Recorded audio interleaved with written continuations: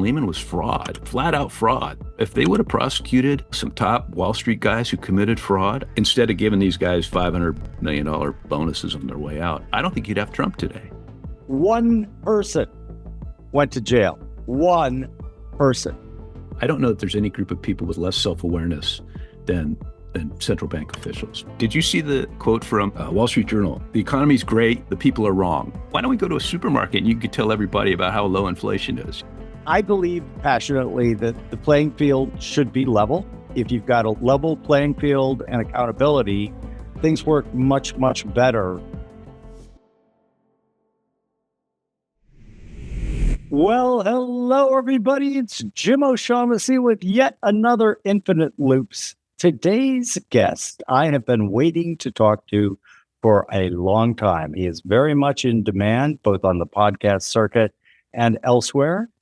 My guest today is Rudy Havenstein. No, not the German head of the Reichsbank during the Weimar Republic of Germany that caused hyperinflation, that basically collapsed the German economy, sowed unrest and instability in society, and crushed the citizens' trusts in institutions like the political ones and the media ones.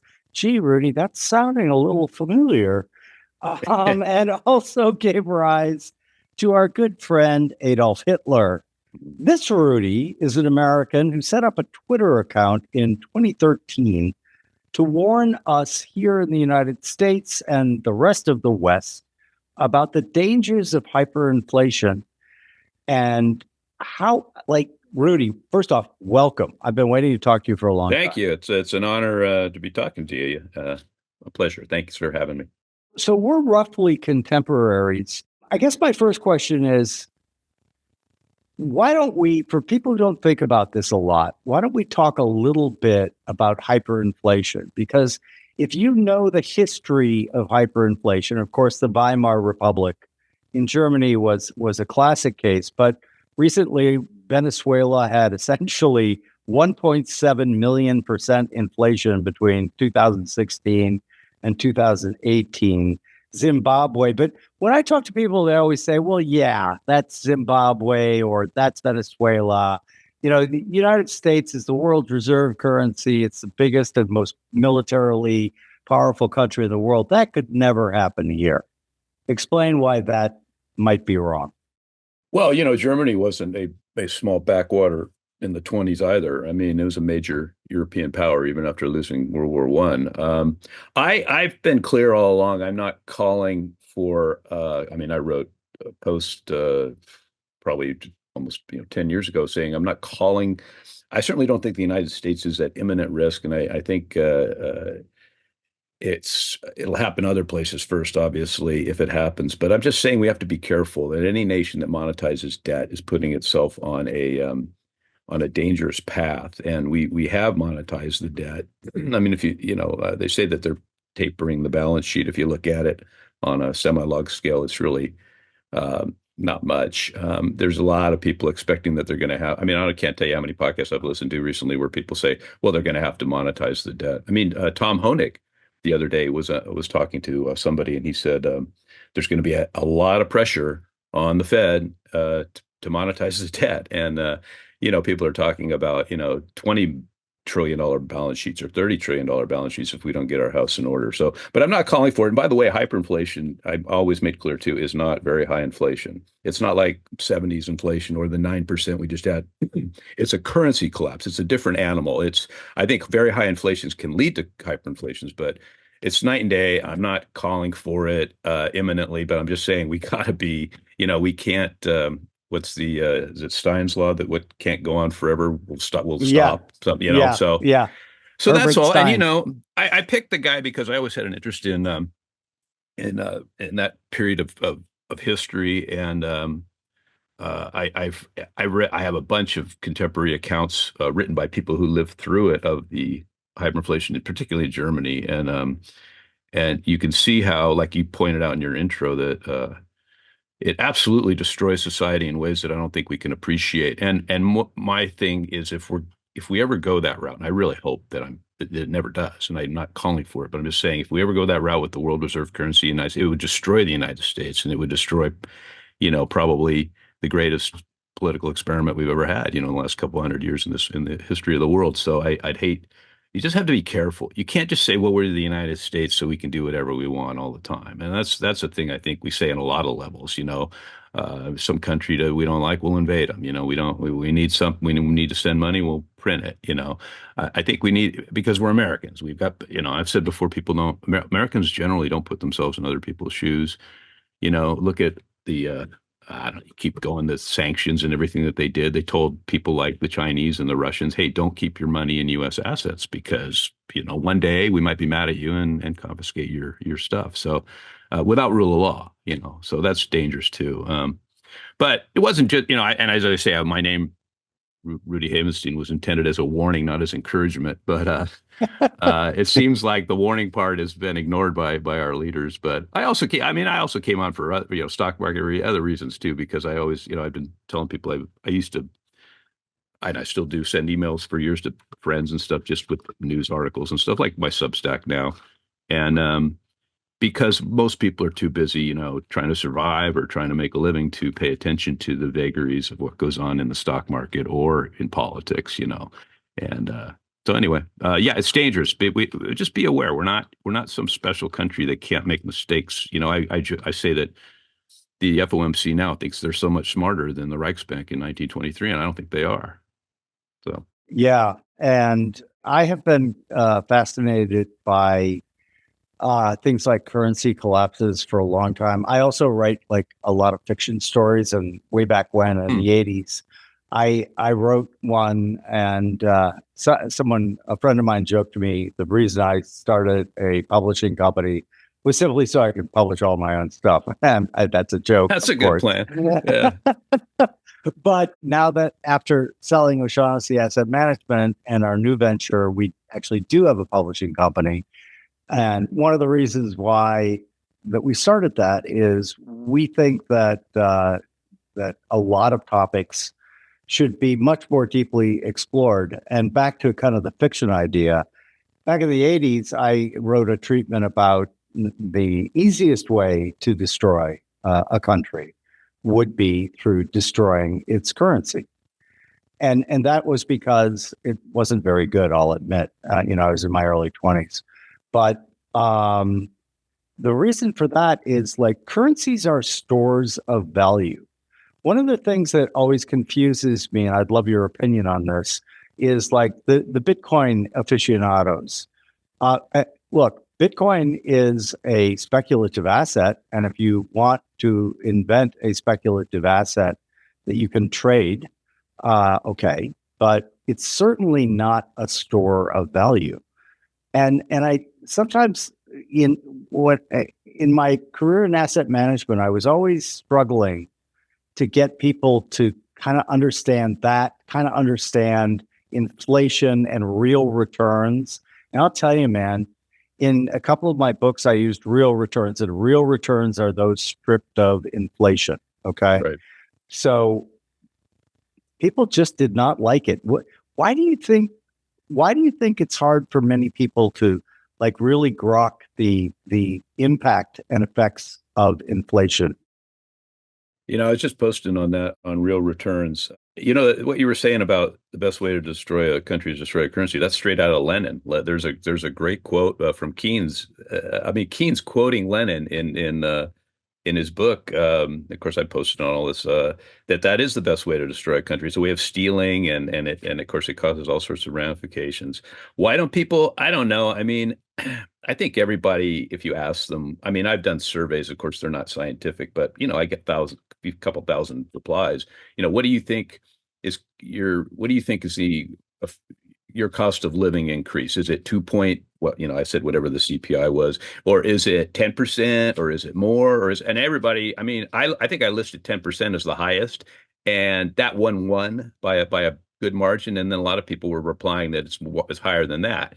And someone could show, well, look, we have this data series from the BLS, and it's only 2%. But, I know everybody's got my auto insurance went up 41%. Same everything, no, and a lot of people said, oh, mine was worse than that. Other people said mine was 30. So it's not 2.7. Okay. I think everybody knows that. Now, why don't they think in terms of real? I don't know. I mean, I just posted a cartoon from a Federal Reserve, a New York Fed comic book that they produced not that long ago, and it has a guy looking at his paycheck going, what good is it if I make 3% more if my costs went up 5%? That's real. That's it. But so many people don't seem to understand that. I mean, look, they still, one of the favorites I see is retail sales. They announced that. That's not adjusted for inflation. I think the government has a huge incentive to understate inflation. I mean, that's it. That first of all, and also all municipalities and all types of government, of course, they want things to be nominally more expensive because then they get more tax revenue, whether it's property taxes or anything. And the media, of course, as I was ranting yesterday, is completely in the pocket of the Fed and the government. Our mainstream financial media is just abysmal. There's no question. Did you see the press conference yesterday with Powell? I did not know. There was a number of questions. There was one guy asked a question. I forget what it was, but I'm like, oh, that's a good question. Because I'm always going, oh, they never ask any good questions. So he asked a good question. Powell goes, I'm not going to discuss that. And there's no follow-up because if that guy gets aggressive and says, oh, hang on, Chairman Powell, you need to address this, he won't be invited. That guy won't be invited to the next press conference. And they're all handpicked. It's always the same guy. Steve Leisman got the first question yesterday. If it's not him, it's Timorous or one of the others. Timorous has written a book glorifying the Fed, as has Hilsenrath. Hilsenrath wrote a book he called it a love story about economics, and the title of the book was Yellen. So we're not getting objective reporting out of our financial media. And there's a great clip that this guy made of everybody on CNBC pumping SBF. I mean, is he the new J.P. Morgan? Is he the new this, that, the other thing? And it's hilarious. And it goes on for like 2.5 minutes, and all they're doing is just saying how he's the savior of crypto and everything. And anyway, I just got off on a tangent on the financial media, but people should read the Lenin quote about inflation as far as how it destroys society. And that's their stated mandate. Their legal mandate is stable prices, which would be zero, I think most people. But they've somehow come up with 2%. And there's a hilarious clip of Powell trying to explain 2%, and his argument is basically, well, everybody else is doing it, which a mom wouldn't accept that as an excuse, but Congress does, because Congress loves. I mean, the way I put it is the Fed is Congress's drug dealer. So they're not going to stop anything. They love everything the Fed's doing because it enables them to keep printing. I mean, as Kevin Warsh of all people said, it was the Fed that got political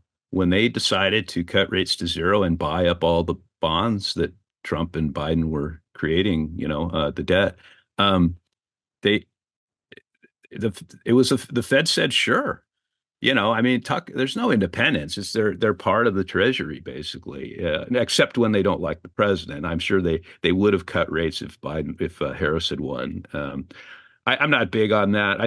But I think a lot of people who've worked there have said that, like Joseph Wang or I think Chris Whalen said it the other day, that the Fed is overwhelmingly democratic, liberal institution. They're borderline socialist, but the socialism they do is for the rich. I joke that I had a tweet where I said, I mostly make flippant comments about serious issues as opposed to the Fed, which transfers wealth upwards. So, I mean, that's my view of basically what they've done, the Cantillon effect over the last, at least post-Greenspan. So, and that's an area of interest for me because as I was coming up, we all looked at Volcker as kind of a hero, right, for breaking the back of inflation by pushing interest rates up. So when I bought my first house, when I got married, when I was 22, I was like thrilled that I got the owner to write a note to me because mortgage rates were so high. It was just like impossible. Oh, you did seller finance? Yeah, I did. Yeah. And he was, I think, if I recall correctly, it was around 14%. And I was like Yeah. the cat that swallowed the canary. I just thought that was the greatest deal ever. And so one thing though that in my mind at least was a real tipping point. I'd like your view on it. And that is the great financial crisis. So to give the prelude to that, there was a huge crisis in the late 80s, early 90s called the savings and loan crisis. Mm-hmm. And the government under George Bush Sr. took it on. But after they took it on, 1,000 people were prosecuted, 800 were convicted. Many spent time in jail and paid huge civil fines. They were barred from banking. In other words, they were like, guess what, guys? You weren't playing by the rules, and here are the consequences. Go forward to the great financial crisis of 2008. One person went to jail. One person. Yeah. The rest of it was entirely monetized. We socialized all of the fuck ups of both government and the industry. I'm not going to let one or the other off the hook here. And I remember I keep journals, and I went back before when I was getting ready to talk to you.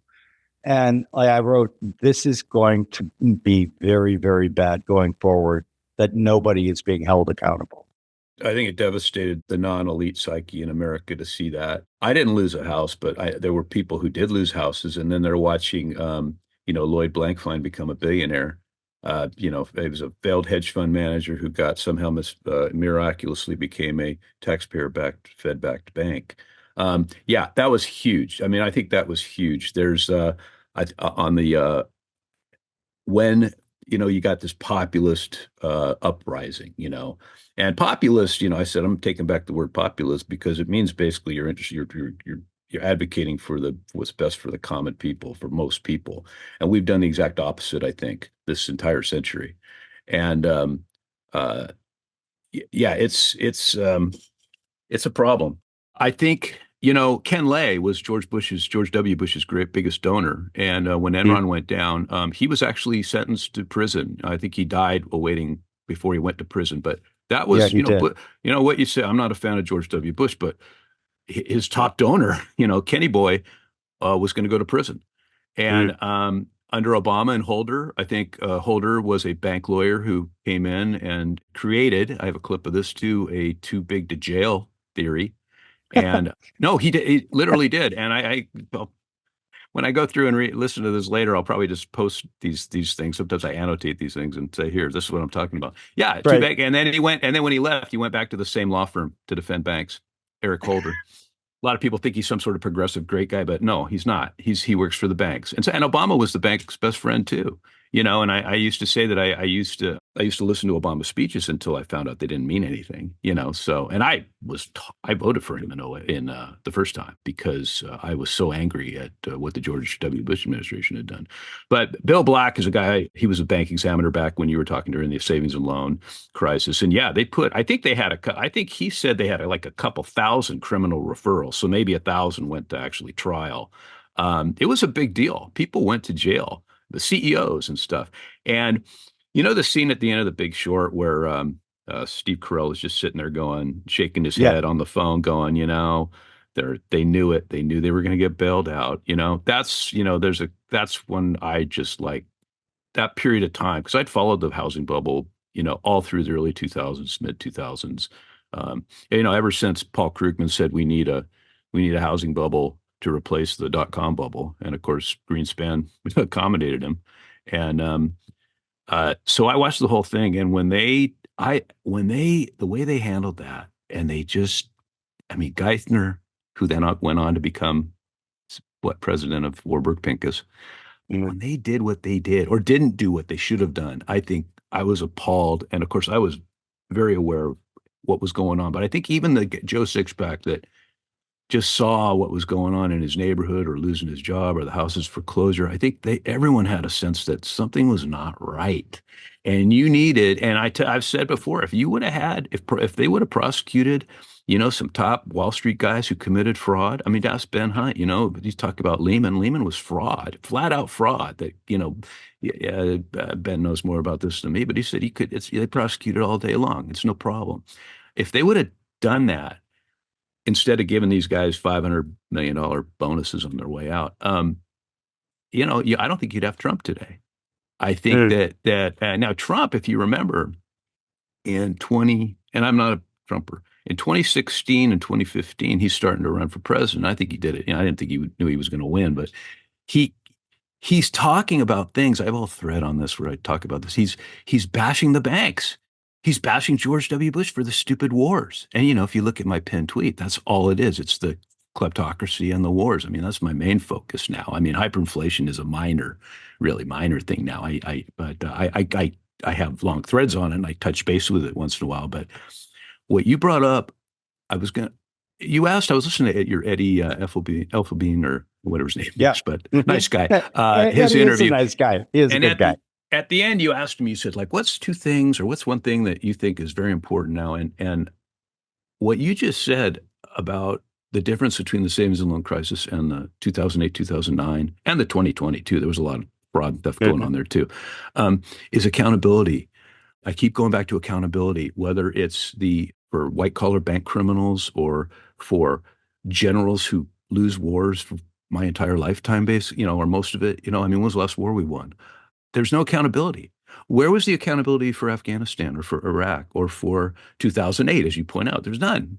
Geithner shouldn't have been run out of town on a rail. Bernanke, they gave him a Nobel Prize. The guy was basically the captain of the Titanic when it hit an iceberg that many people, see, they love to say afterwards, nobody saw it coming. That's nonsense. A bunch of people saw it coming. They were just ignored or fired or laughed at.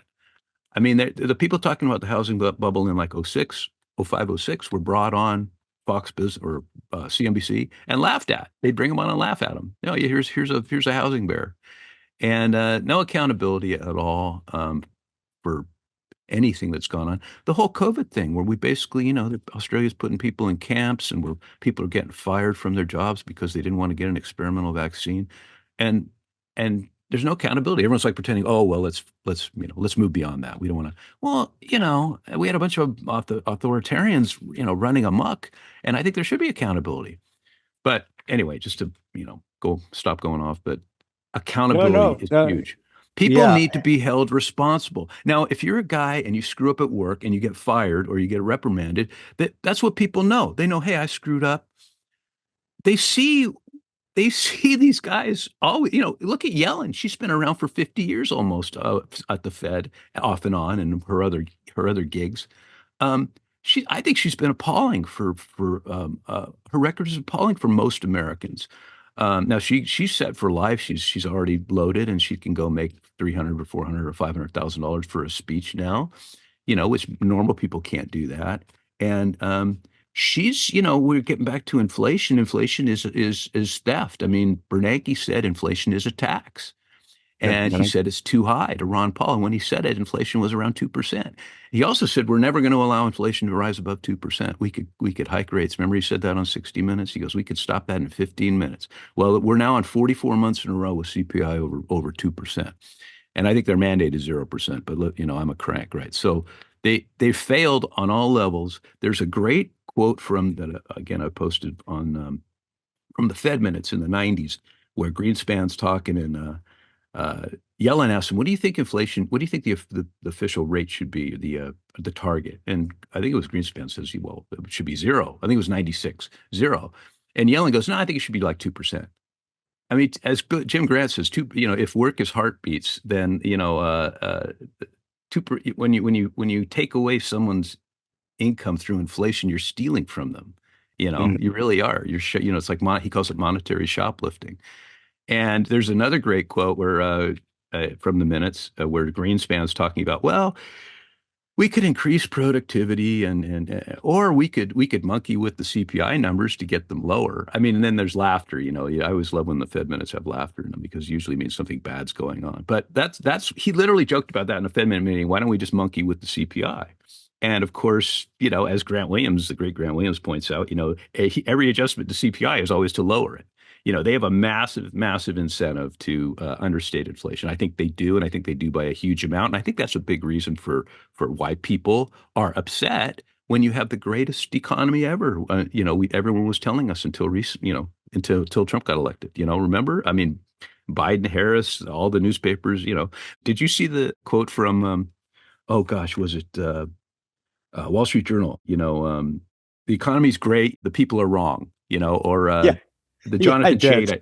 Chait said that Paul Krugman is right on the economy and you're wrong. And they're imagine that the hubris and the arrogance of these people. And I always joke, that they don't have people who aren't millionaires on CNBC to talk about inflation. You know what I mean? I keep when I get in a disagreement with some FinTwit guy, including some very prominent people, I say, well, you know what? Let's have this, on FinTwit, I can hold my own, but why don't we go to a supermarket and you could tell everybody about how low inflation is, And we've never had them. I said, let's have a meeting like in aisle 9 and just put a table up and have people come walk by. We could do a podcast there, right? It's like, I don't know. I mean, I try and stick up. I grew up, very middle class, and so that's where my heart is, and that's who I fight for because nobody fights for. You don't see anybody middle class on CNBC ever.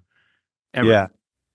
Yeah. And, one of my big things, I'm not a big fan of politicians on either side of the aisle. Same here.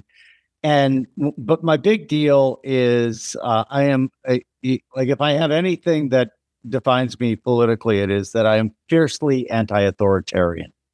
And one of the things that worried me, for example, you mentioned the 2006 period. I was one of those people. I was at Bear Stearns at the time, and I was walking around telling anyone who would listen to me, if I could short my house, I would. But, they had a CDO hedge fund that was doing really well. So I was told to, and I'll use the polite version, O'Shaughnessy, shut the fuck up. Right. Because, I believe passionately that the playing field should be level, and that if you've got a level playing field and accountability, things work much, much better than when you have this two-tier system. And, one of the things, for example, all of the asset management companies that I formed have my name in them. And I did that because I was talking to my wife when I was founding my first one when I was in my 20s. And I was trying to, this is in the 80s and everyone had cool names, right? And so I was trying to think of a really cool name for this new asset management company. And my wife looked at me and she goes, weren't you just telling me about how JP Morgan, the man, solved the 1907 crisis because of the authority that he held over others? And also, then you continued, I tend to go on tirades. Yeah. You continued by telling me that banking worked a hell of a lot better when the partners had to actually put their names on the firm and actually make good for any losses. And so I'm like, you know what? You're right. I am going to name it after myself. And one of the reasons for that is literally talking about putting skin in the game. You're putting your entire reputation in the game. That's right. And to me, those things are just so incredibly straightforward that watching the machinations of or your note of the laughter during the Fed minutes, it's like, I do find myself, something you talk about a lot, like President Eisenhower warned us about this in his farewell address. He basically, he said, beware the military industrial complex, that leads to forever wars, that leads to us, paying basically the full freight of our Western allies' defense budgets, because that seemed like a good idea during the Cold War. Like, do you see a path back towards accountability, towards a level playing field? I hope so. I mean, you've got some semblance of it now with Trump. I mean, of course, if you don't like Trump, then this is all horrible. But I think he's trying to, hold some people accountable, close down some programs, maybe fire some people. You've got, hey, whether you like it or not, you got a new sheriff in town at like the DOD, and I hope Tulsi Gabbard gets in. I actually hope RFK Jr. gets in because people are like, oh my God, he has this view and that view. And I'm like, well, you know what? What we've had is not working. You know what I mean? And I think I listened to his podcast for years, and he does a great job. I mean, I like the guy. Do I agree with everything? Absolutely not. Do I agree with everything Tulsi Gabbard has done or said? Absolutely not. But I still think they're better, perhaps, than the alternative. And as I'm very suspicious of Donald Trump and the people surrounding him, but I'm quite happy that Kamala Harris lost, so we need common ground. That's why I like guys like, Ron Paul, who's, just amazing guy. And Dennis Kucinich, who's the probably opposite Ron Paul on, 80% of issues, but they're friends and they did legislature together because they agree on some things. They agree on, for example, being anti-stupid wars, what I call my SOM rule, SOMME. Don't get into stupid wars, but I like that common ground. So like, there's people that follow me and I follow them, and we agree on like some huge, Venn diagram of stuff. But I think they think I'm nuts on over here, and I think they're nuts over there. But I choose not to like pick on the part that I disagree with them. I might repost things that they posted. I agree. As I have to tell people sometimes, it's like, just because when I quote someone, I'm not endorsing every single thing they've ever said, written, or done. You know what I mean? I think, but there are people. I mean, I've quoted Karl Marx before. I've quoted, Lenin. I've quoted Lenin. Does that mean I support Lenin? No. But I mean, sometimes, people you disagree with can say things that are very pertinent. So I think people need to calm down, not have a litmus test of, like, I won't do this podcast with you unless you and I agree on, here's 100 issues you have to agree with me on. I mean, I don't believe in that at all. If we agree on 10, I'm fine with that. Let's talk about those 10. And maybe if you want, talk about a few of the others. But so common ground is very important to me. And so that's how I try to operate, with people. And some people you can't reach, but the ones you can, it's worth it. Yeah, and that's another thing we actually agree on. I definitely I often say that if you think that you can know all of my political or social views by simply seeing one of them, then you are captive of an ideology that is going to be really hard for you to break out of. Oh, And yeah. I think it would be great to find a coherent way in which people who, like, even people or institutions that vehemently disagree with one another on many, many things, why don't we experiment with putting them in a room, like putting them in front of a jury system and having them debate things and having the jury say, okay, who's more compelling, or this idea, not who. See, even I fuck it up. Mm. Not who is more compelling, what idea is more compelling. And they did an experiment. I can't remember when. It was probably more than 10 years ago, where they took a very, very conservative political think tank and they put them in a room with a very liberal political think tank, and they said, "Don't come out of here until you guys can come up with 10 ideas that both of you agree with." And like, it took a lot of time, but it worked. And they did come out with those 10 ideas. Now, did any of them get enacted? Probably not. But the idea that the isolation that we've seen develop in these private echo chambers comes, I think, very easily because, confirmation bias. The minute we believe something, we are literally almost blinded to any information that disagrees with what our beliefs are. And so we tend to cocoon in our little bubble of information and literally cannot or will not understand the points that people who disagree with us are making. And obviously, at least obviously to me, that is horrible for society. You Yeah. need cognitive diversity, like, with all of the talk about, diversity, all that kind of stuff.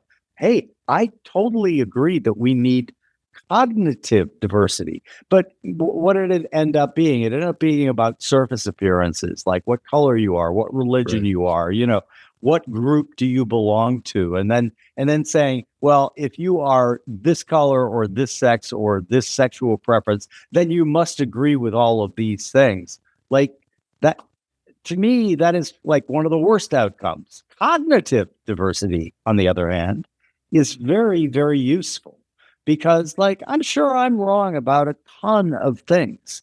And so, how do I get less wrong? I get less wrong by allowing error correction in the way I think about the world. And the way you error correct is you see some compelling arguments that differ with with the ideas you're holding. Right. And like, one of my things that I'm very bullish about AI is it's really good at steel manning arguments.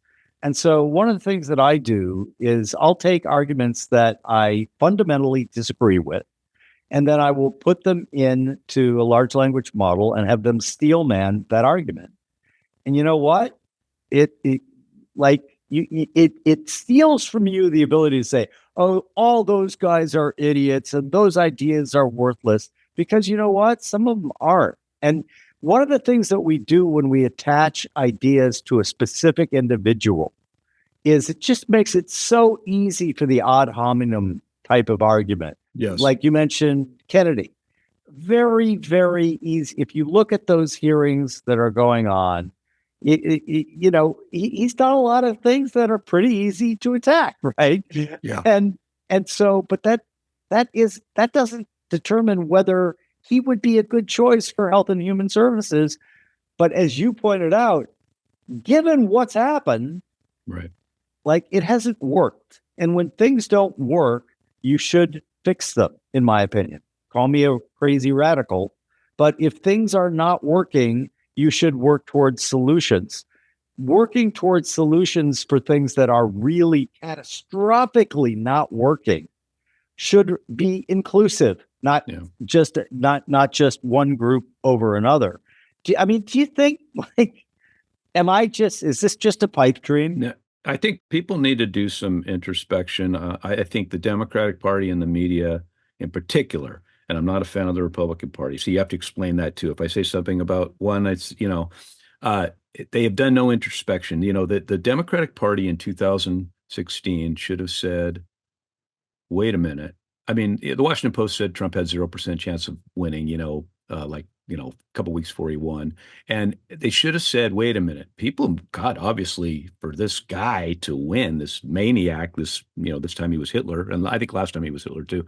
At least Our they're message, consistent. we must something, but you think they'd say, wow, we must have done something wrong.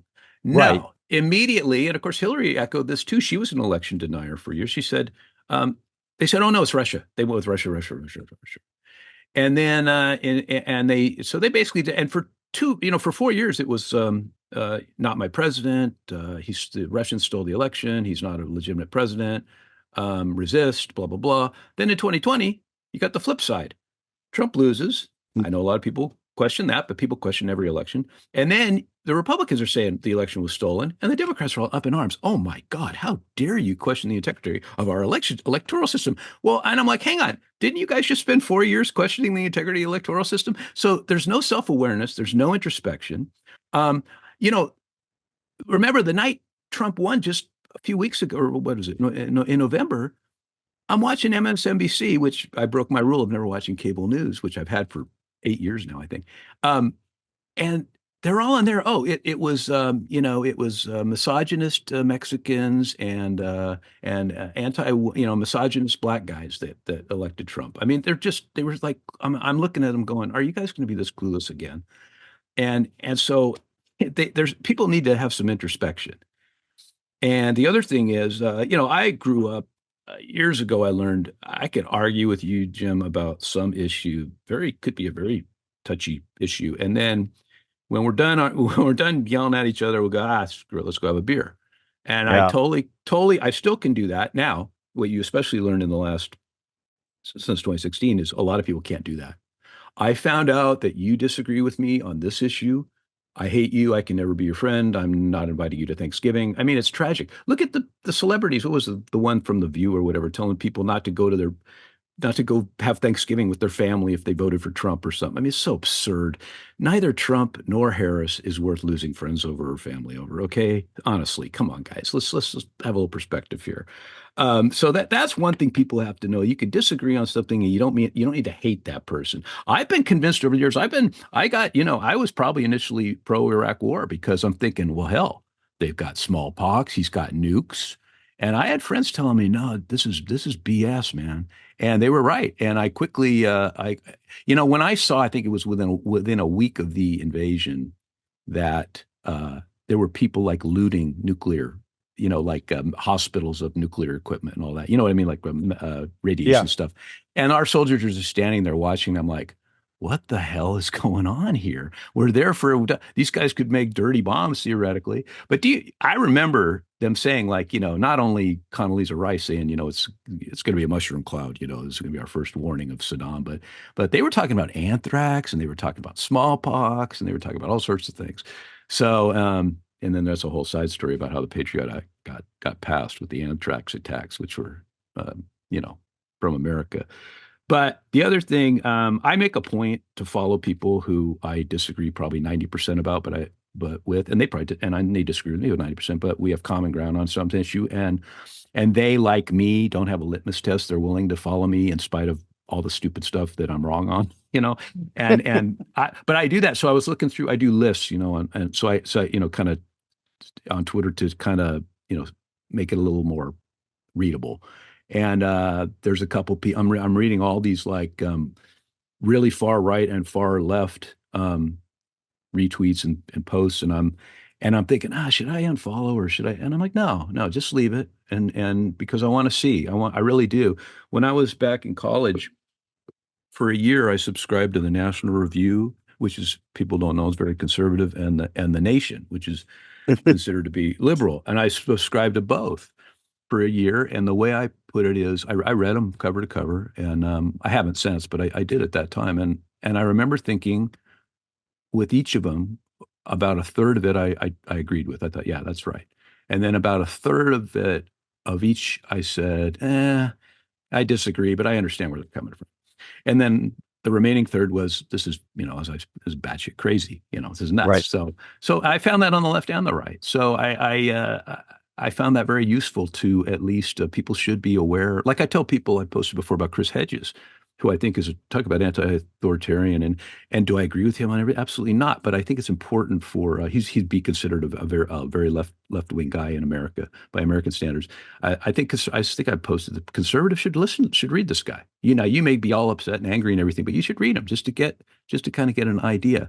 As I pointed out, I grew up as like a Cold War hawk, and I read a book by Noam Chomsky called Deterring Democracy. And again, I have a lot of problems with Chomsky, but as you point out, let's talk about the ideas, not the person, right? So his book Deterring Democracy, which is basically about I think it was the first Iraq War in the 90s, was he explained a lot of American foreign policy to me that never made sense. Like, why is Batista a good guy and Castro's bad, or why is Saudi Arabia's wonderful and Iran's bad, I didn't understand that. And the way Chomsky, maybe not doing him justice, but the way he phrased it is are you friendly to U.S. business interests? Then you're an ally, and if you're not, you're not. Human rights means nothing. Democracy means nothing. We that's what we say. I don't know if it was Berenson or whoever said that when Victoria Nuland used to go around talking about freedom and democracy all around the world, he said. That's only for American audiences. He goes, nobody outside the U.S. believes any of this, that we really care about freedom and democracy. I mean, one of our best allies all these years has been Saudi Arabia. And if you remember back before his first term, Trump was saying they were the guys that did 9/11. I mean, he was bashing the Saudis. And then the problem is, so remember, I was saying he was bashing the banks, he's bashing the wars, he's bashing the Saudis. Remember, he was making fun of Ted Cruz for taking money from Goldman. And then when he gets elected in 2016, he puts Goldman in charge of his administration, basically replacing Obama's Citigroup guys. And his first visit was to Saudi Arabia. where he gets a little medal put around his neck.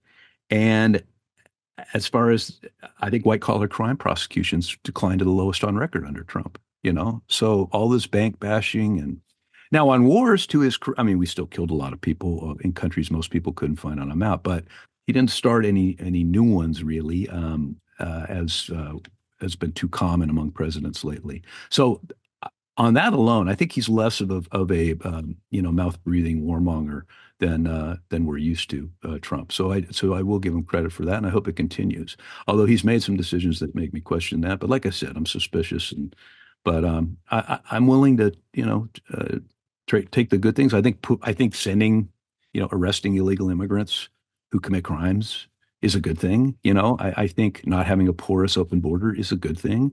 I'm just so, like I said, I'm very suspicious of Trump, and I'm sure glad Harris didn't win. I was having a conversation with a friend the other day, and I was talking about Orwell's 1984. And I said the really terrifying thing about that book was newspeak. Yeah. And my friend was like, "What?"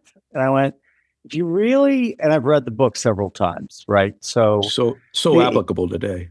Yeah, right. And it is, and that terrifies me. Right. Because the objective of newspeak was to make it impossible for the, in quotes, citizens of these totalitarian societies to even conceive of an idea that differed with the party's policies, right? And when you think about that, and then you kind of look, I, like you, I stopped watching cable TV news of all sorts, probably now 15 years ago. Good for you. And one of the reasons I did it was just I was seeing the beginnings of that kind of hypnotic propaganda. And by the way, like, what's really funny is I would bring it up. Now, listen, I live in the bluest of blue areas, right? I'm in Connecticut and New York. And so most of my friends are very liberal. And so I would bring this thesis up with them, and they would say, "You know what? You're absolutely right. Fox News is nothing but propaganda." And then I would say, yeah, I agree. But I'm also saying that MSNBC is nothing but propaganda. And they would pause and they'd say, "Well, I don't know. I think that they're mostly straight news." And then I would have the conversation with a conservative friend, and they would immediately say, "Well, of course, MSNBC is pure propaganda, but you can get pretty good news," right? And I'd never really, I convinced a couple friends that it's all propaganda, right? It's just, this is a different flavor over here than the flavor over here. Yeah. And it's one of the reasons why at our new company, we have all these new media efforts. I definitely sense that the old models, in fact, we have a series on it called The Great Reshuffle.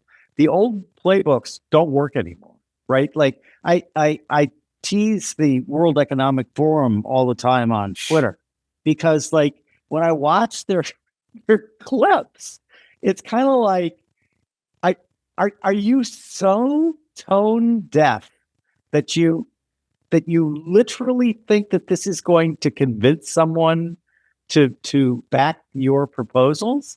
And the answer is, yeah, they really are tone deaf. The Fed's the same way. Yeah. And so again, I always try to look for things to root for as opposed to root against, right? Because it's pretty easy to be against a bunch of shit. I mean, obviously there are horrible things happening in the world all the time. And of course, we could have an entire 5-hour conversation about all that's wrong with the world. Okay. But if that's all we do, what are we doing? We're just propagating that meme, if you will, but just make people feel terrible. What are do you see any green shoots? Where you mentioned Trump not getting into as many wars, something I absolutely support. Yeah. In other words, don't get into foreign wars, if anyone needs me to clarify that. But do you see specifically on the financial side, do you see any green shoots that is something that we could collectively root for? Well, I've noted that in the 2016 and 2020 GOP and Democratic Party platforms, they called for the bringing back Glass-Steagall.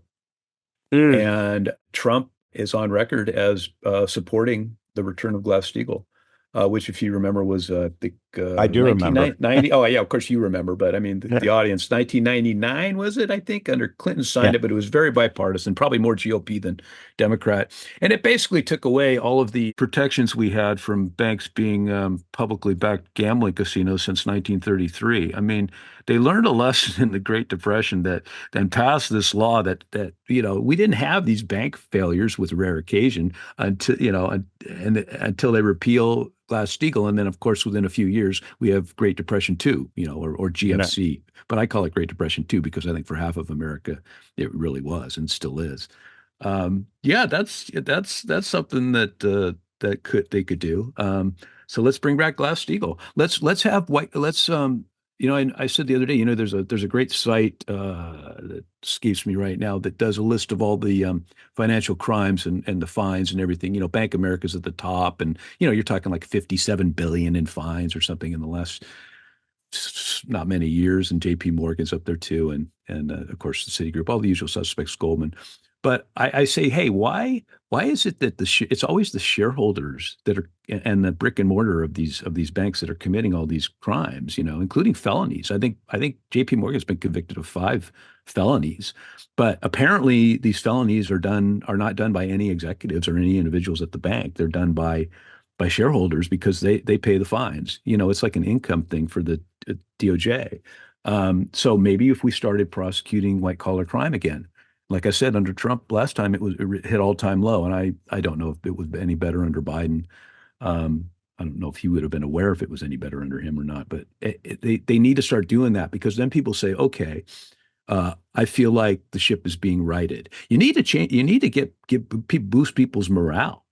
Yeah. And I pointed out in prior interviews that I think most Americans feel like our leaders are, and this includes not just the president, but the Senate and the Congress, care more about people, pharma lobbyists, or care more about people in Ukraine or people in Israel than they do about Americans. I mean, there's a great article from a couple of years ago about Scranton, and it says, people in Scranton, Ukraine is a very small issue for them. They're worried about there's something wrong with the American dream. There's a malaise. It's almost like a Carter era type feeling, and so instead of Reagan, you get Trump this time. But because I think people wanted a change, and I hope that they're going to see a change. And I hope Trump takes advantage of these 4 years and the Republican Congress take advantage of this so they don't get voted out and we go back to, I don't know, Gavin Newsom or something, and as someone in the People's Republic of California, that's not a good thing. So, but it would hey, actually, I support him running for president because it would get him the hell out of California. But maybe Karen Bass will be his running mate. But I mean, yeah, there's things like we can do accountability. Accountability. I keep coming back to that, and people need to see because if you notice, like when they were like in California or all over the country, really, but in California especially, they'd have these guys just go in and just take whatever they want and run out of the store. And a lot of times you'd have videos of this, people would film it, and security guard would be standing there twiddling his thumbs because he doesn't want to get fired because they tell him don't stop anybody. And you'd actually see patrons going out and grabbing the stuff out of the cart and throwing it and fighting with these thieves, these felons, and because they're like, wait a minute, this is wrong. I play by the rules. I don't break the law. I don't steal. Why is this guy getting away with it? And I think so they see it on a small scale and they get upset. I think on a large scale, they see it too. How the hell is John Mack and Lloyd Blankfein billionaires today?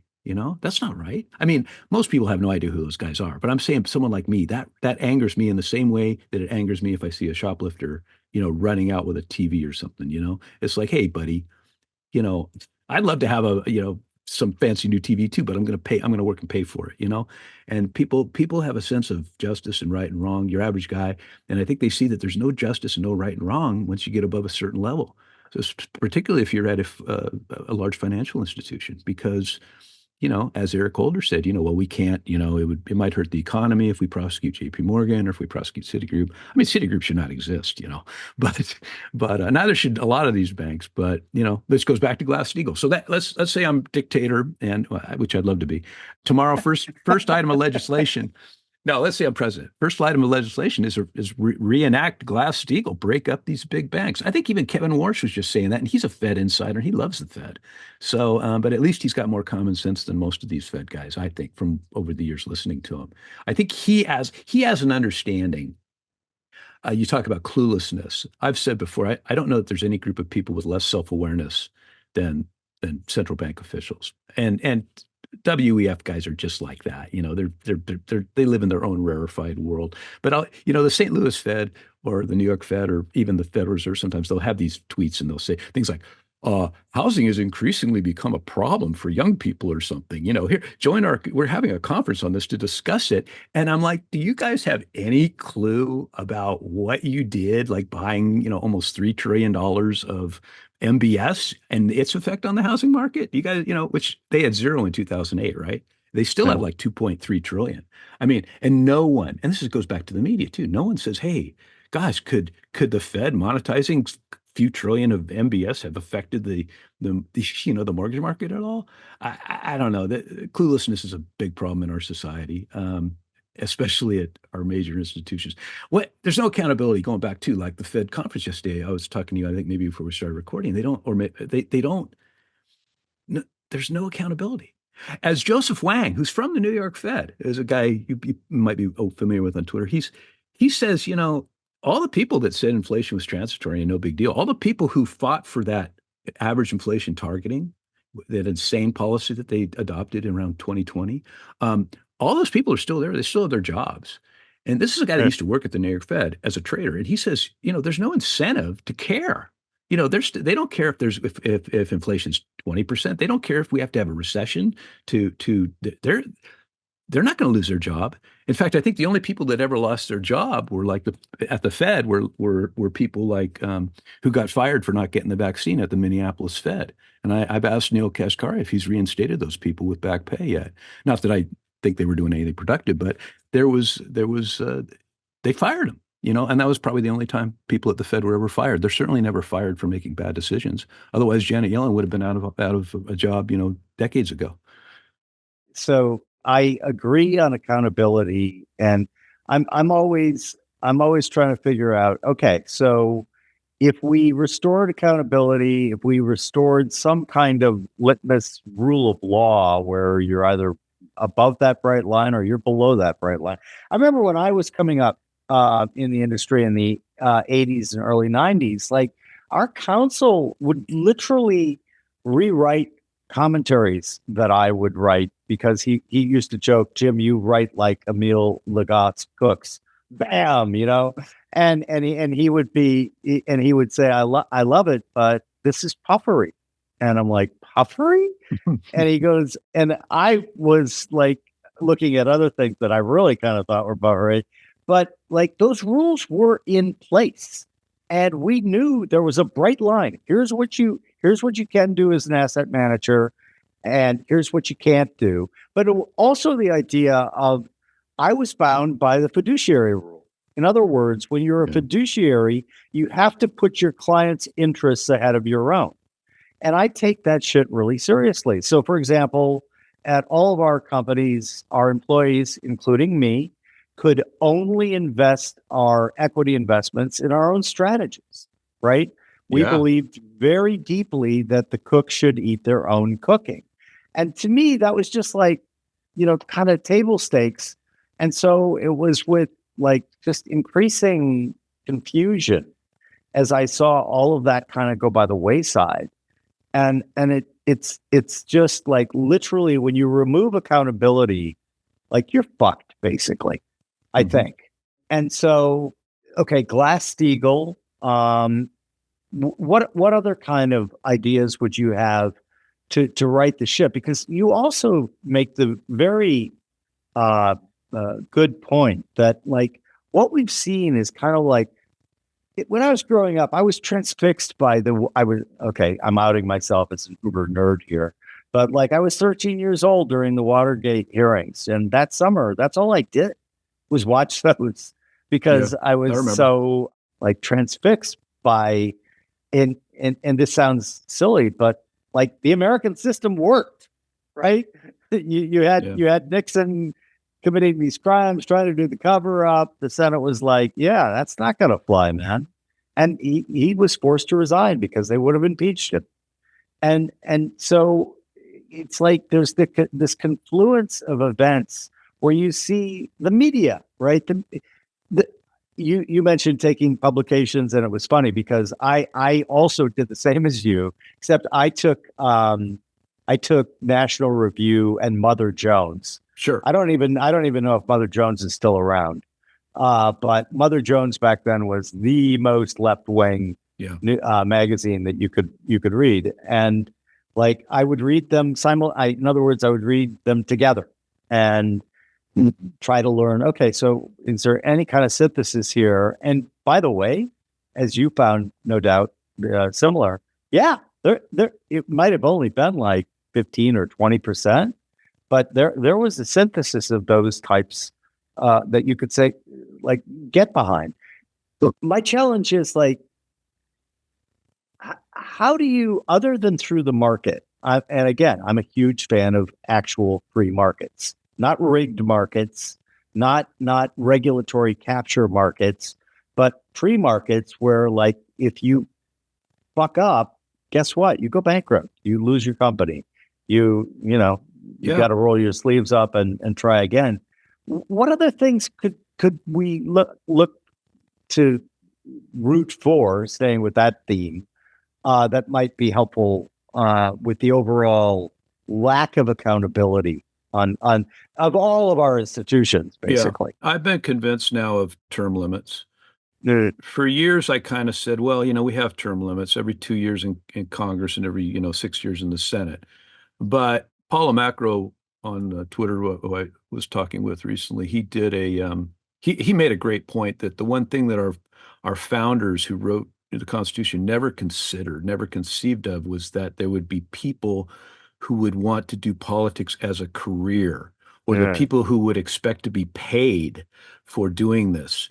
And I don't think he can imagine the kind of senators we have, like going after RFK, who, if they, as people have listed their pharma contributions, you can directly see a correlation between the ferocity of the attack and the political contributions. So I think term limits now, could they pass? Um, I don't know, but term limits, I think I would absolutely support now at all levels, and it can be some reasonable thing. I know, maybe 2 terms for a senator, and maybe I don't know, 5 terms for a congressman or something like that. I don't know, but I'm just saying we need these career politicians is a problem because they're not beholden to you or I or anybody. They're beholden to the people that give them millions of dollars. So it's corruption that I think that's something like, Washington and Madison and Monroe and everybody would agree on. They never foresaw somebody like a Nancy Pelosi, trading stocks and being, or a Feinstein basically, until she drops dead in the Senate. So that's a problem, and I think that's one solution. I think we need to bring back moral hazard too. You know what? It's okay if the stock market, right in January, when we already knew a pandemic was coming, if you were paying attention, 2020. There was a great, the market was down in January like 15%. And I remember Steve Leisman was on TV going, the Fed needs to step in and act now. And I replied to him, I said, not that he ever replies to me, but I said, hang on a second. I go, young people that are starting careers in their 401k plans or something, stocks are now 15% cheaper than they were. Why?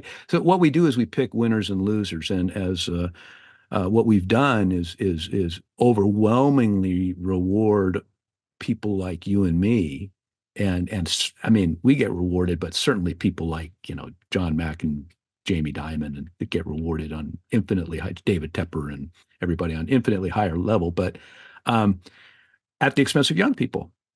Uh, the metaphor I use, or analogy I use, I always get those confused, is that, where you and I take all our grandkids and family out to dinner at fancy place, tell them to order whatever they want, and then we leave. We skip out. So I think we need to bring back moral hazard, which I think Volcker's quoted as saying that he thinks. Uh, I think Russell Napier said this that Volcker told him that when he thinks that when the Fed jumped the shark was with long-term capital management in '98. Mm, Um, there's a Chancellor's book. He talks about how Warren Buffett actually had a higher offer for, he would buy up the remains of long-term capital, but uh, if that had happened, they wouldn't have all gotten, their bonuses or whatever. They wouldn't have all gotten their money back eventually. So they didn't take his higher offer. I think that was in Volcker's eyes. Apparently, that was the beginning of the real corruption. Um, of course, 2008 was just corruption in spades. And you know what? In March 2020, I said, you know, the sound you hear right now is the Gini ratio exploding, going up, because yeah. all those programs there. Now, everybody got, hey, here's your check for $1,200, Jim. But, and I was actually, remember all those Fed programs they set up? I just saw a list of them the other day. There was a dozen. And I went in, I said, I want to see who's getting these 100, $200 million loans at, 0.5% interest. And it was LLCs set up in the Cayman Islands like a week before. It was the biggest feeding frenzy. I think 2020, the theft upwards was even overwhelmed 2008, 2009. If you remember when I say if you remember, I know you remember, but TARP, for example, that was a big bait and switch. The only reason it passed is because on the second vote was that they told Congress it would be for to help the homeowners, and also because Congress, between the first vote, it was 3 pages, and then by the time they voted on the second TARP, it was 450 pages, right? But it, but immediately Paulson and Geithner and Kashkari said, no, no, we're not going to help. But they wanted to help the banks, and that was it. That's what it was all about. And I keep pointing out, like in the same year that these banks were going bankrupt, they handed themselves out tens of billions of dollars of bonuses, and that kind of thing. When I point that out to people, and of course I'm aware of this because I have the freedom to, pay attention to this. When I point this out to people over the years, they're like, "Are you kidding me? No way." They gave how many? They gave 1,000 bonuses. Goldman gave 1,000 bonuses over $1 million in 2008. They're like they can't believe it. But there, it's there. It is. It's so we need to bring back moral hazard. It's okay if the stock market drops. I mean, we survived 50% index drops in '01 to '03 and '08, '09. And so what? I mean, I remember Bush's thing on TARP. He gave a speech and he said, if TARP doesn't pass, more banks will close, the stock market will fall. Well, as I point out in his speech, every single thing he said happened anyway. It's just, and the market went down 40% or something after TARP passed. So you didn't save anything. And frankly, what is it? 93% of stocks are owned by 10% of the people or something like that. For most people, stocks are like, coffee table talk or something. And half of America owns no stocks in any form, as Warsh is one of those good at pointing that out too. So that's one thing. I mean, common ground on certain issues, like I keep bringing up, here's a no-brainer, I think, for far left and far right: civil forfeiture. They pull Mm, you over in a car, Jim, and you've got $3,000 cash. Well, where'd you get the cash? Well, I sold a lawnmower and this and that. Or, no, well, we're going to confiscate this. We think this was from drug proceeds. I mean, it's fine if they want to take you to court and charge you and prove that were in the drug business, but that's not what's happening. And I've heard horror stories about people who don't have the resources to hire a lawyer, and they may have just sold a car or something, and they're driving cross country and they get pulled over somewhere in the South, and they say, "Hey, what's this $5,000 of cash we found?" You could spend. One of the cases was, hey, they had two kids or something. Hey, you could spend the weekend in jail till the judge comes on Monday, and we'll send your kids to foster care, or you can give up the $5,000. yeah. I mean, so that's something. I mean, let's talk about common ground that we should be. But who's the advocate for that in Congress? Who's going to be the Right. advocate? Who's going to be the advocate in Congress for term limits? I mean, how does that happen? Because, none of them want term limits. The same thing with the two-party system, too. I'm happy to see Marianne Williamson and RFK, and there was all these other candidates. Of course, the Democrats completely shut down the primary process because to defend a senile candidate, which was really criminal when you think about it. And as someone pointed out the other day, all these pardons and things that were done, I mean, was Joe even aware of them? who was running the administration the last 4 years? Nobody really knows. I don't know if I guess maybe in 10 years someone will spill the beans, but um, we just need to have more accountability. I keep going back to that, and term limits would be great. Glass-Steagall would be great. Let's have some white collar prosecutions would be great when people start seeing accountability. I don't know what else. I don't even pay attention much to the stock market anymore because why? It's just, as it's like it's Mike Green's passive machine, just did, money in and then they buy. It's price insensitive investing. So I don't know what we could do to fix that. I know Mike probably has some ideas about, a lot of the legal things that just force people to be into these same old things. And someday, maybe that's going to end badly. I don't know, withdraw from, it seems like every time we bomb a country, we end up creating more enemies. Maybe stop doing that. Maybe instead of building schools in Ukraine or Afghanistan or sending aid, we're still sending aid to Afghanistan. I mean, maybe we could send aid to some American cities. I hear North Carolina could use some help. California could use some help too. I don't know. You say you're surrounded by a bunch of liberals in Connecticut. I live in a deep blue state, and but I'm wondering, all those people in Pacific Palisades and Pasadena, two very liberal areas. I wonder when they start having to deal with the Coastal Commission and the permitting and the city and all that. I wonder if they're going to maybe move a little bit more to the center. That would be good.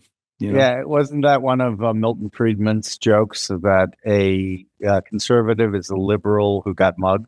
Yeah. Well, those people I think are good. If they haven't got mugged yet, I think they're going to be mugged. I think it was Gunlock yesterday who lives up there apparently was saying on CNBC like you have no idea how bad it is, and that's what I've seen. It's so bad we don't even begin to know the ramifications of these fires. As far as rebuilding, I mean, I don't even know how they're going to be able to do it. It's just there's so much that has to be done. I mean, they're saying it's going to take a year and a half more to clear the garbage out, the toxins and everything. So that is just, I think the ramifications of those fires are going to be just massive on the seventh largest economy in the world. I don't know if they're going to be good or bad. I mean, I guess by Paul Krugman's logic, if you burn all the houses down, that's good for GDP because you build them back up. But I think I don't know. I guess if you're a construction worker, you probably got a job for the next 10 years, but that's if they let you build. One of the things I'm thinking is maybe they just zone it all multifamily and they put up 100,000, apartments or something instead of the old Pacific Palisades. That's what Karen Bass and Gavin Newsom want to do. So I don't know. It'd be interesting, but I think that's another huge issue. So lots to drill down on there, but you did remind me when you talked about burning down the houses being good for the economy of one of my favorite philosophers who masquerades as a science fiction writer, Douglas Adams. Remember the story where the consultants come in and they tell the planet that what they need to do is use tree leaves as their currency. And then they have an emergency meeting like 2 weeks later with the consultant saying, so after converting tree leaves to our currency, we have all become immensely rich. However, inflation seems to be a problem. And so rather than not use tree leaves as the currency, we suggest that we immediately engage in a planet-wide deforestation project where we burn all of the trees to the ground. That's how they think. That's how the economists think. I'm always making fun of them. Bill Dudley actually said some years back after some major hurricane, he says, hurricanes are going to be good in the long run because it'll bring all this rebuilding. This is how they think. And just like if you go to someone in the store and you say, hey, if prices go up 5%, is that bad? And they're like, they probably would say, God, I wish they would only go up 5%. But if you ask Paul Krugman, is 5% inflation bad? He'd go, no, I think it's what we need. So they just completely, they don't think like normal people. And I posted many examples of that. It's kind of an ongoing fun thing to do. But then kind of back to the solutions.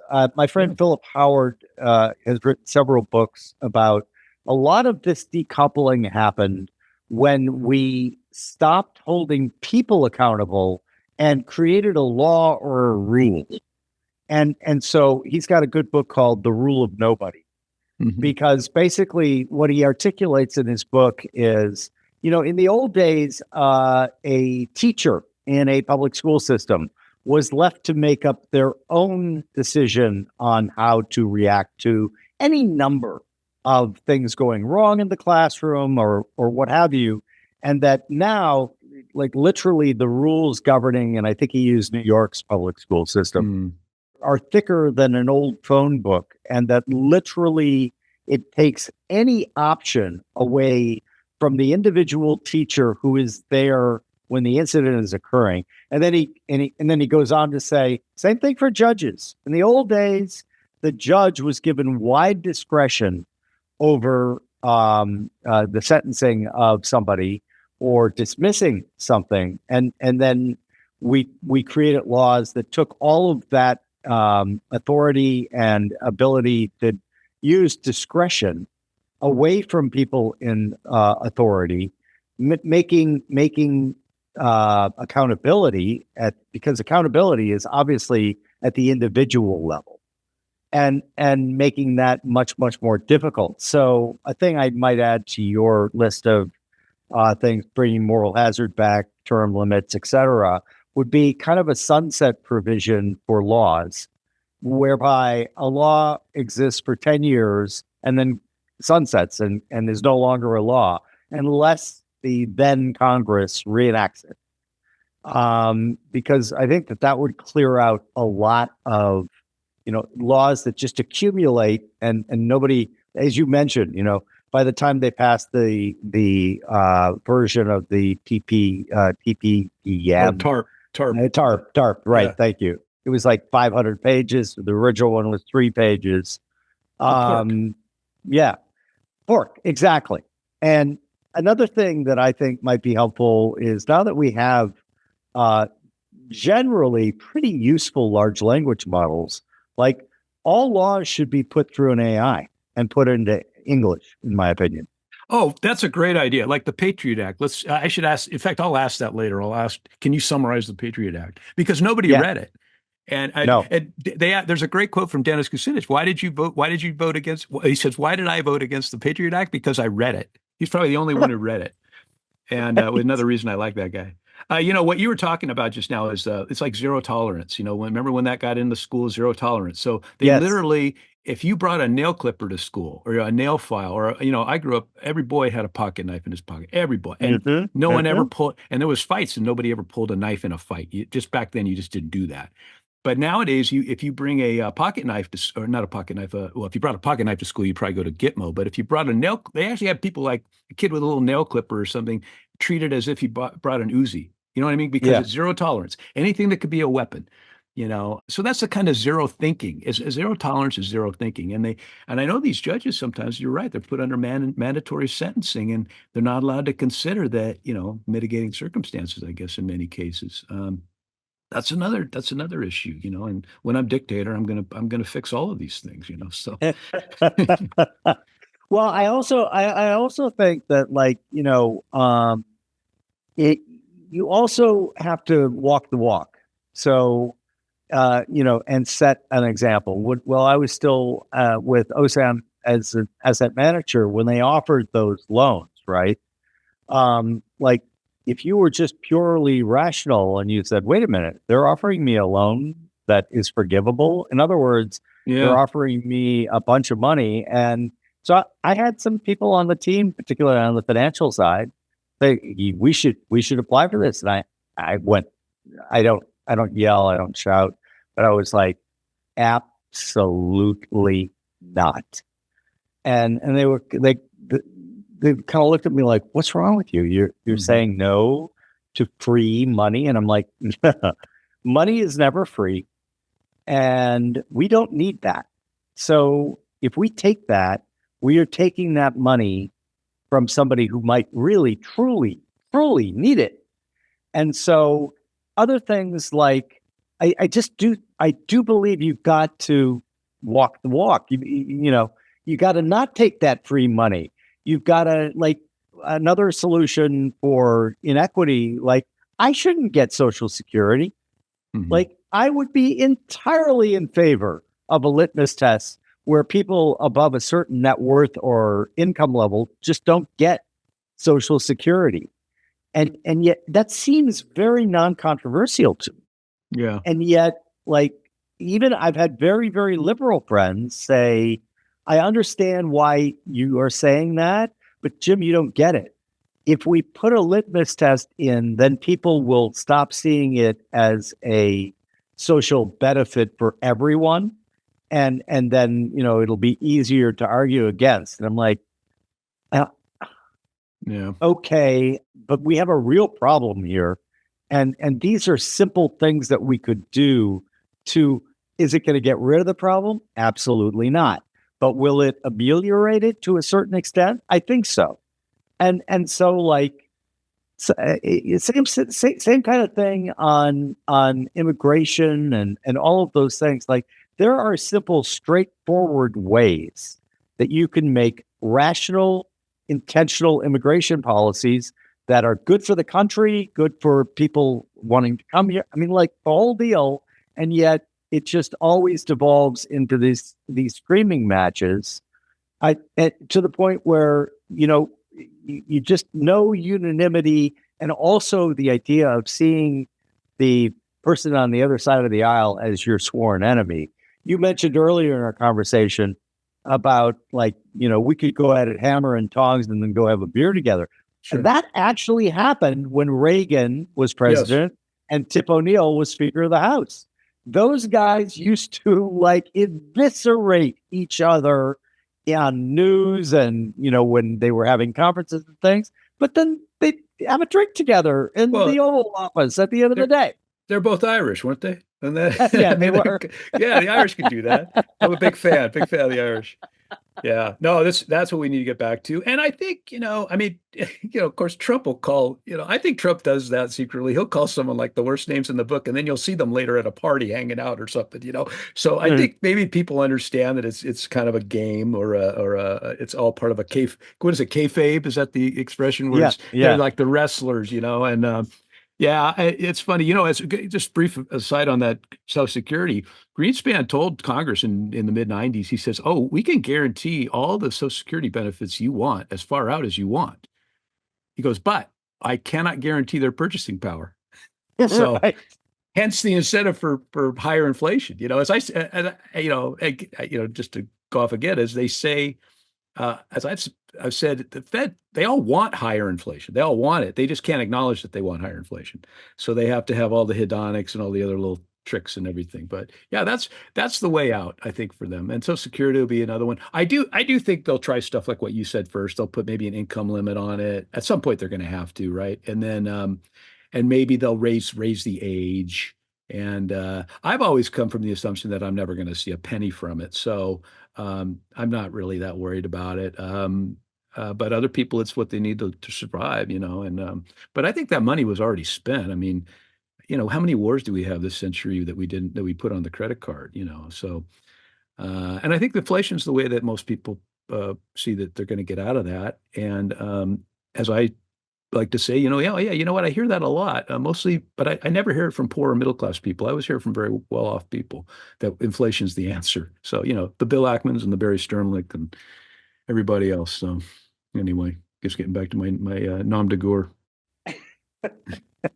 But the idea that, there are a set of solutions, and we've discussed several of them here, that have kind of low cost in quotes in terms of, like, enacting them, like a limit on Social Security, bringing back moral hazard, that kind of stuff. Term limits, thank you, that have sunset of laws, et cetera, that have big impact tied to reasonably implementable costs, right? Yeah. And I just wonder, like, given the current environment, how do we change that to, like, for example, investigative journalism? I used to say, I would probably look very favorably on a proposal to start a new company or journalism concern where they literally, where their mandate was, we're going to go after every grift, every political malfeasance, and keep it. And here's the part where it, maybe my mom used to say, if wishes were horses, beggars would ride. Yes, there are other versions of that. Yeah. But the idea, keep it completely nonpartisan. And like, here's a scandal, let's go get them. Yeah. Do you think something like that's possible? Do you think that could even get funded these days? It would have to be some billionaire that just really was a good guy that was not wanted it to be nonpartisan. I mean, you're not going to get any. I mean, nobody's going to advertise, with these people. Right. It's tough. There's no money in it really. I mean, other than like the the Substack people.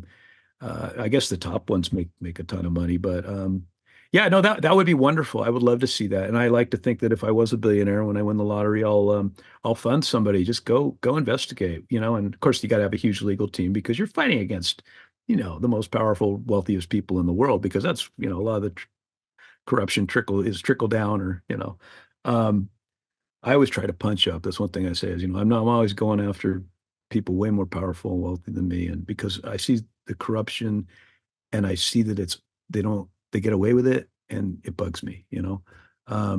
So I don't know. I mean, I just hope we need, what we need. I've talked about this before with Reagan, comparing Reagan. Now, Reagan, remember, they called Reagan Hitler. Reagan Right. was a stupid actor who was, like a TV game show host, kind of a lot of the same things. And I'm not saying Trump is Reagan, but Reagan, as you pointed out, came in and he had enemies, real enemies who really hated him. And yet he in many cases could go, they didn't hate him, but they really didn't like his policies. But he could go and hang out with them afterwards. And I think, and I've mentioned this before with Trump, if Trump can be, a lot of times in his first administration, I felt like he went out of his way to just antagonize, really go after his opponents. And sometimes it's justified, but after a while, it just gets old. And I think that turned off a lot of independence in the meantime. And then, of course, you had the next administration, which was so awful that I think a lot of people who didn't vote, who voted for Biden the first time, voted for Trump the second time because they said, I'll give this guy a chance. It wasn't that bad, But I think what he needs to do is try and get common ground that we've been talking about. I think he needs to meet with an Adam Schiff or whatever, or try to. I mean, they're going to grandstand and everything. But I don't know if Trump has, I think he does have it in him because he's used to being friends with all these people. There's pictures of him at with the Clintons at the wedding, him and Melania standing right next to Bill and Hillary, smiling away. There's plenty of pictures of Trump hanging out with people who are now his quote unquote political enemy. But I guarantee you, behind the scenes, when no one's around, there's no cameras. I bet a lot of them are still cracking jokes and everything. I mean, look at Trump was it Carter's funeral with, just he's joking with Obama. He's joking with everybody. And somebody made a very great quote. Trump is sitting there joking with Obama, who a few weeks before had been basically saying that Trump was Hitler, right? Right. And in front of cameras. And they're joking and laughing.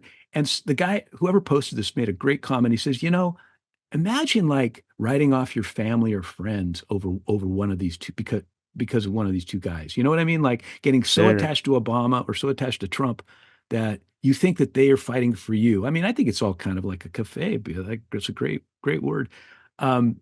It's kind of an act. And I think if Trump can tone his act to be a little more conciliatory and because he's getting his way on a lot of things now. There's no need to rub it in the liberals' faces and stuff. Try and win a few more over or something. I think Reagan did, win some people over who, he won. He was he was getting the blue collar Democrat vote back then, remember? And I think kind of like Trump got more Hispanic and black votes than I think any Republican has like ever. So they need to keep that up. Don't alienate these people that are now reaching for him. Help them. They need economic help. I mean, everybody needs economic help, and they need to know that they matter. And he needs to emphasize that you matter. He needs to emphasize it not just to Israel and Ukraine and his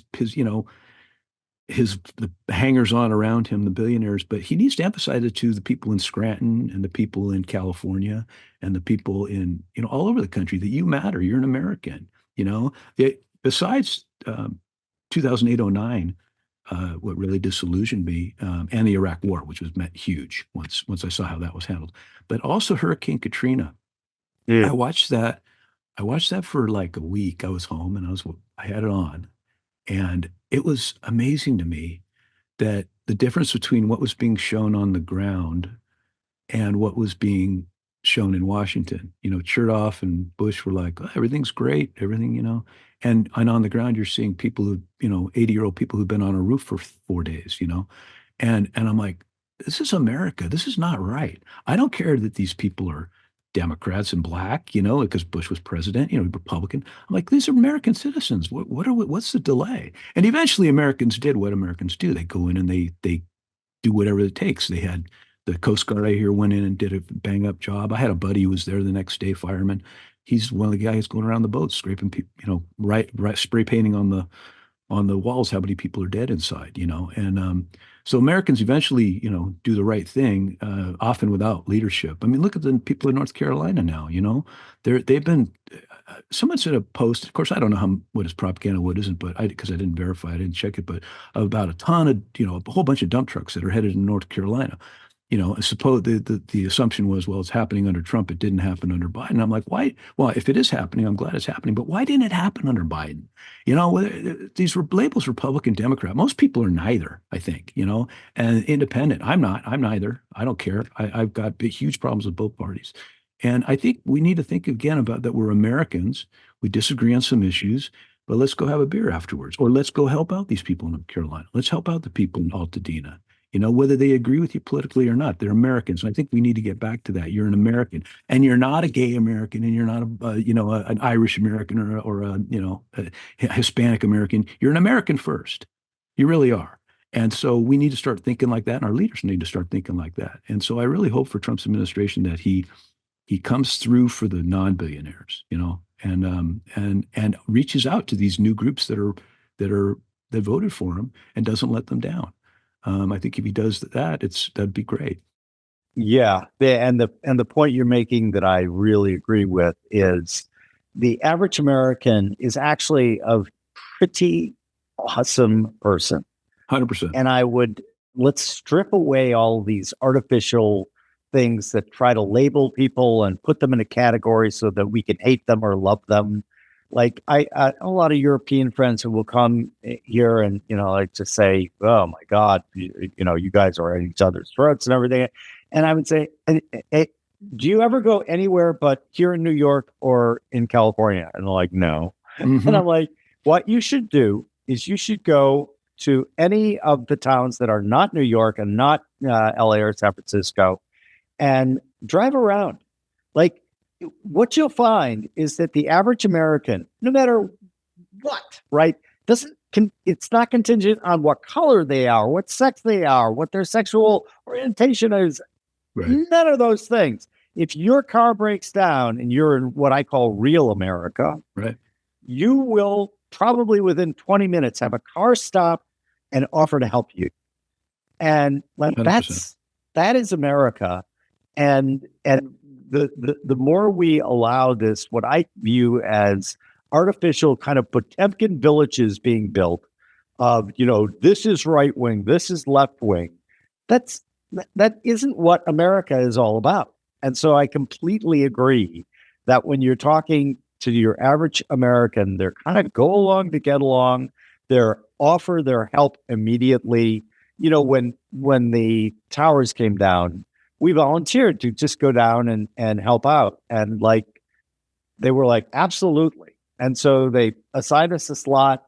And basically we were, giving water to the first responders, firemen, cops, etc. And I cannot describe to you the feeling of camaraderie, of horror, obviously, because these guys are coming in and I don't know if you run into too many New York firefighters or cops, but they don't cry easily. And they were literally in tears. And that's the American spirit that I think we need to try to reinstate. And then you're talking about Reagan. It also makes the points that you've made about what's a good leader, right? A good leader connects with actual citizens. They're pragmatic over ideological. They understand history, and they hold themselves accountable. Like Harry S. Truman, the buck stops here. Like these are in the American DNA, and it doesn't mean that we have to go back to them exactly, but just like starting with accountability, starting with your political opponent is not your enemy, recognizing what, like, the other brilliant thing I always thought that Reagan did, he was the one who started the American heroes. Whenever he gave the State of the Union address, he would always have, sitting with his wife, Nancy, a group of, almost always a nurse, a firefighter, a cop, and he called them American heroes, right? Yeah. Like, this nurse saved this many lives and went out of her way, worked 5 ships. Like, again, when all of you, like, if there's a great quote from Robert Anton Wilson that goes, the happy man lives in a happy world. The sad man lives in a sad world.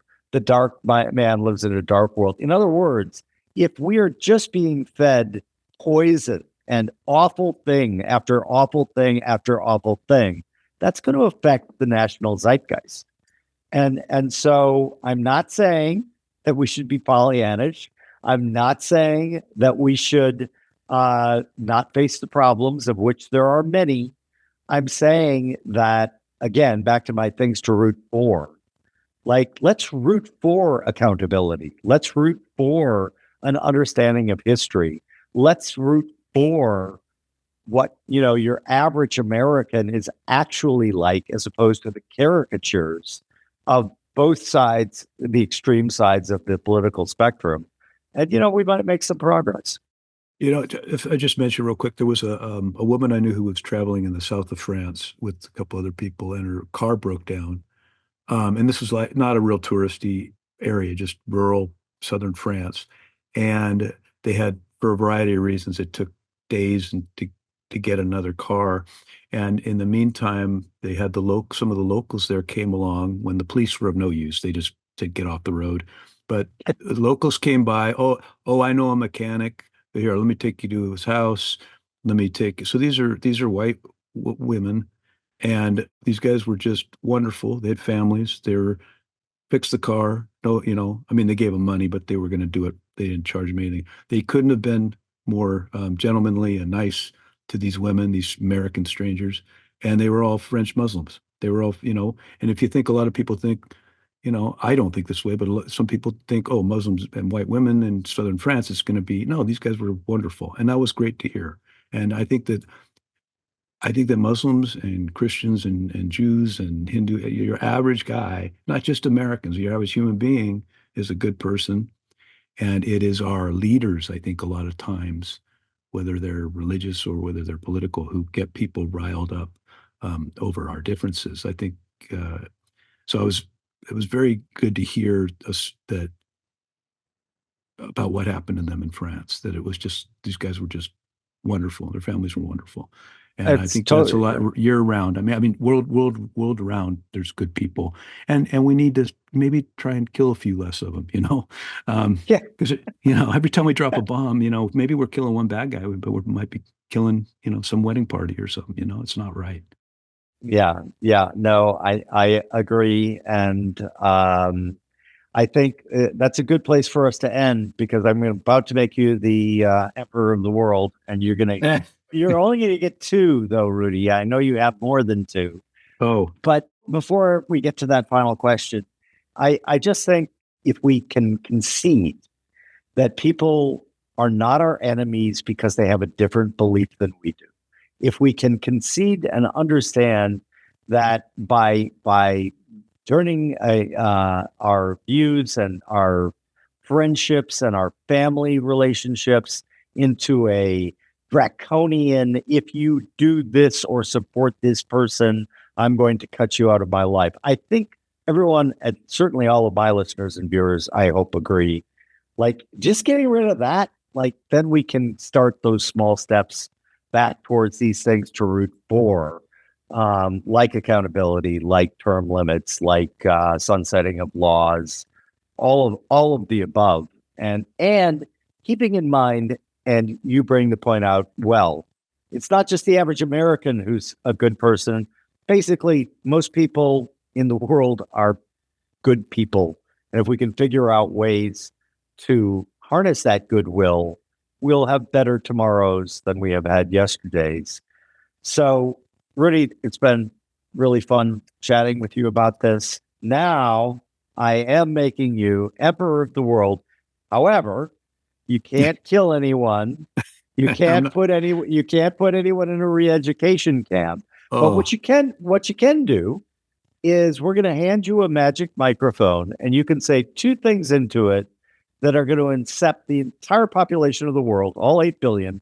They're going to wake up whatever their morning is the next day and say, I just had two of the greatest ideas. And unlike all the other times, I'm actually going to act on both of these ideas starting today and going forward. What two things are you going to incept? I wish I would have thought more about this, but I'll go with go do something nice for no reason to someone who can't help you in any way. You know what I mean? Just go do that every day.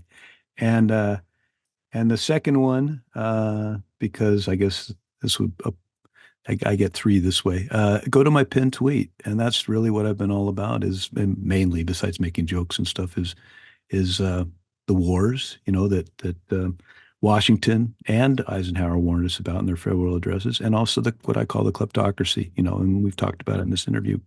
Accountability, white collar crime should be prosecuted.